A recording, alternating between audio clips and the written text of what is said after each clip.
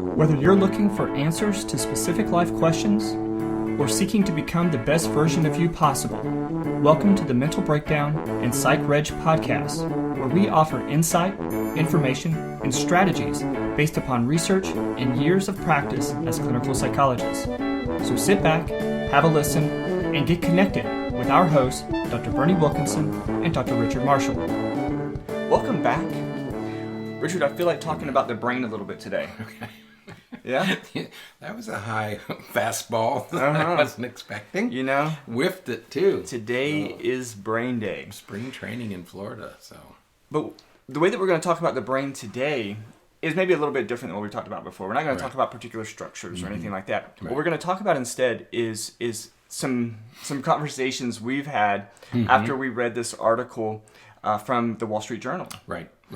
We read a recent article from the Wall Street Journal entitled "My Mind Made Me Do It," and it's the author's review of a book called "The Brain Defense." Right. Yeah. It's funny that they said, "I would have liked my brain made me do it." Right. My mind, Yeah. I don't know why, but yeah, because there is a difference between mind and brain. That's and right. that is another podcast completely. Right. But there is definitely a difference between mind and brain. Right. But it's still worth a read. If you can get your hands on this one. My Mind Made Me Do It, a recent article. Yeah. I love the beginning of this. Yeah. Because it gives that wonderful history of where this whole defense comes from. Right. And so I'll put a link in the show notes, but it's what you're referring to is, of course, this the history of the brain defense in like legal cases and things like that, where people say, the person couldn't help their behaviors because their brain functions in a particular way that led to them making certain decisions and engaging in certain behaviors, and they couldn't help it. And it's really a strange, multifaceted defense. Right. You could talk for a long time about the brain defense. You absolutely could. What does it go back? What is that case? Herbert Weinstein? Herbert Weinstein from the early 90s. And that's when it was. It was fairly recent. Right. And there's... And it's still going. I mean, in 2010, there was the Graham versus the state of Florida case that went all the way up to the U.S. Supreme Court, where it was indicated that, adolescents can't be sentenced to life in prison without the possibility of parole because their brain isn't fully developed. And so they engage in behaviors that they may not later engage in because their brain isn't fully developed. And then there was another one, Miller, I can't remember what state that one was from, but that one sort of added on to Graham because Graham didn't include some capital crimes, but Miller then includes capital crime all the way up to murder. So what this all means is that this is an evolving profession or whatever you want to call it, but it's very much an organic development, and we're sort of feeling our way through this, the biology of it and the legal aspects of it, because it's a prickly question. Absolutely. When you're trying to determine competence or responsibility, what happens when a teenager commits a crime? Is it different than an adult? And it's not an easy question, and it's still being settled in the courts. Absolutely, yeah. And so, but we're not going to necessarily talk about it from that perspective. The conversation that we had, that we thought was interesting enough to bring to the podcast, is the fact that we often use the brain defense for everyday things. To rationalize other things. Yeah. Right, that's right. He can't help it because he has ADHD. I act like this because I have Asperger's. Right. I can't do this because I have this. And, I'm moody because I have bipolar disorder. And those kinds of... The first thing is that a lot of times those kinds of statements are made by people who don't even really have a diagnosis. First of all, they just say, "Oh, well, I have ADHD." Well, when were you diagnosed? Oh, well, I've never been diagnosed. It's just... Or my favorite, I'm OCD. Right. It's because I'm OCD. You don't meet criteria for OCD. Right. You don't have a formal diagnosis. Right. But for some reason, we find comfort in being able to label our behaviors, especially our unwanted behaviors, as a disorder that is sort of theoretically outside of our immediate control. Outside that therein lies the rub. Right. I can't help being this way. Right. it's sort of like saying, well, I can't help that I can't see that far. I need glasses. Right. And so it's like, oh, well, we accommodate for that, and we say, oh, well, we won't hold you accountable for being able to see that far because you need glasses. But we will hold you accountable for wearing your glasses when you're driving. Right. Exactly. I mean, yeah. Come on. Right. So we're using that same rationale, though, Right. with our brain and saying, well, I can't help that behavior because I have this brain condition. Right. And it's not, I don't think that is a real viable defense in those kinds of situations. No, if you're capable, when it comes to authentic conditions, most people who really have OCD, for example, many of those people are seeking treatment, right. and they want to change, and so they're actively engaging in some kind of process to hopefully alter those behaviors and urges and compulsions and everything. People who say they have OCD who have never been diagnosed, there's not a distress when it comes to those. Oftentimes, there's not a distress associated with that, and so I'm not going to do anything about it. I have. It's like saying, I can't see that far, but I'm not going to get glasses. No, I'm not going to do anything. So why would that be okay? Right. Exactly. Yeah. So we have to be very cautious about using those kinds of things as defenses because they really just don't hold. I find myself saying, well, it's an explanation, but it's not an explanation. It's an explanation for why... It's an explanation, but it's not an excuse. Maybe that's I don't know. That may be a better way of putting it. Yeah. That it doesn't absolve you of responsibility. Right. Okay. Right. But it doesn't mean that... Here's the dilemma we get into. When we say things, psychologists, we say things like, you have ADHD. That is why you do some of the things that you do. Right. Okay. However, you still have the responsibility to do something about it. Right. What we don't want to have happen is for parents or teachers to say, oh, well, see, that's what we're saying. He should be punished for what he's doing. Right. No, that's where the difference is. Right. You don't, first of all, you shouldn't punish anybody. Right. For most things. But the problem is that the disorder still is an explanation of why you're acting the way you are. Not an excuse, but it's an explanation.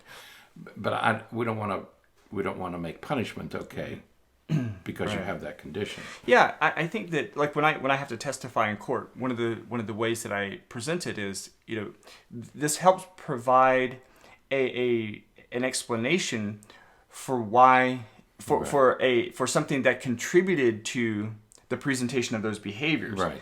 It's not the presentation in its entirety because there's still some volition. There's still some, in a previous podcast, I think that we did earlier this week, we talked about, when opportunity meets temptation. Yeah, right. Well, you still have to put yourself in that situation. Exactly. And so, yes, you may have not been able to inhibit those impulses at that time, but you still put yourself in that situation where those impulses and temptations were there. That's right. And so let's go back to ADHD.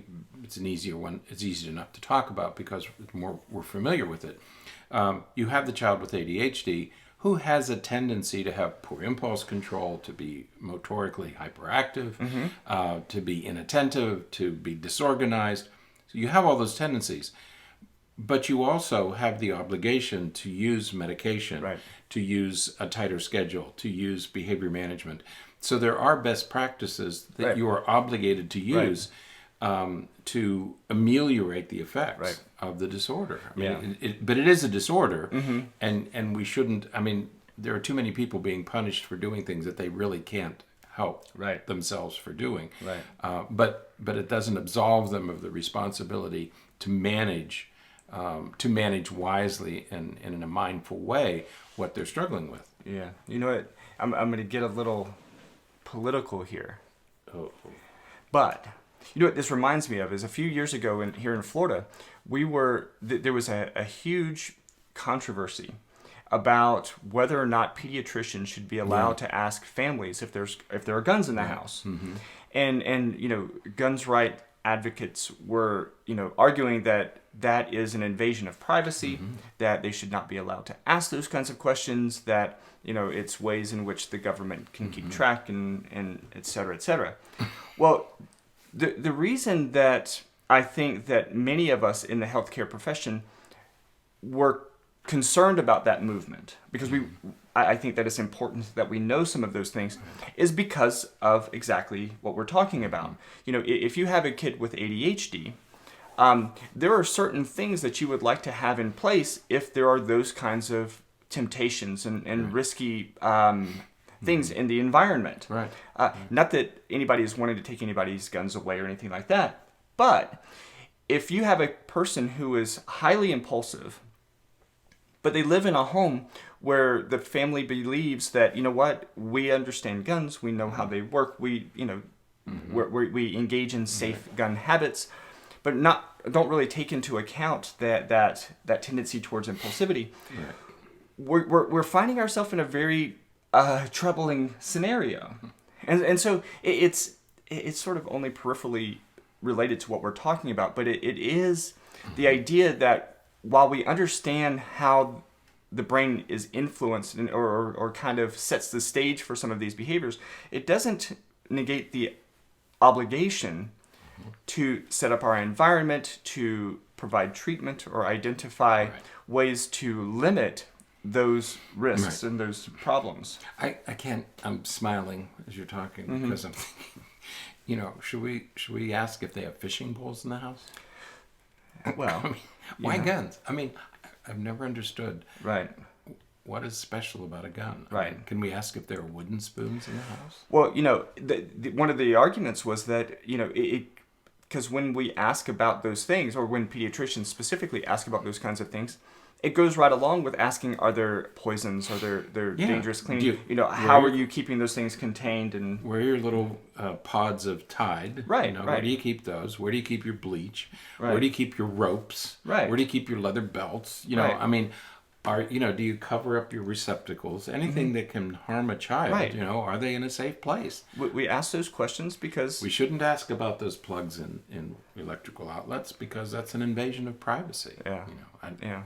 It's hard to understand, but it again goes to the idea that, while it's not a complete excuse to say that the brain made me do it, it is in part an explanation that doesn't alleviate the obligation to do something about it. Right. And the take-home message here is that we're learning so much. We really have learned so much about the brain, and that the brain is this magnificent organ that will, once in a while, lead to these kind of problems. We have to acknowledge, now that we know all these things, we have to acknowledge. At the same time, we have to do everything we can to inhibit, to control, to organize, so that we live a productive and happy life. Right. So we need the final piece is, of course, is when you recognize and identify the limitations that you have, then you're obligated to do something about it. So you don't want to just say, oh, I can't do this or I can't do that, and then leave it with that. It again kind of goes back to the vision example that we use. So, yes, your brain may have contributed to why you did something, but it is not an excuse. Not an excuse. It's not a way to get out of the responsibilities for those behaviors. Doesn't absolve you of the responsibility to do something about it. Absolutely. So, all right. Well, that's it for today. We'll be back next time with another podcast, another set of ideas. So until then, go ahead. I was going to mess with you. Go ahead. Until then, stay happy, stay healthy, and forget to be afraid.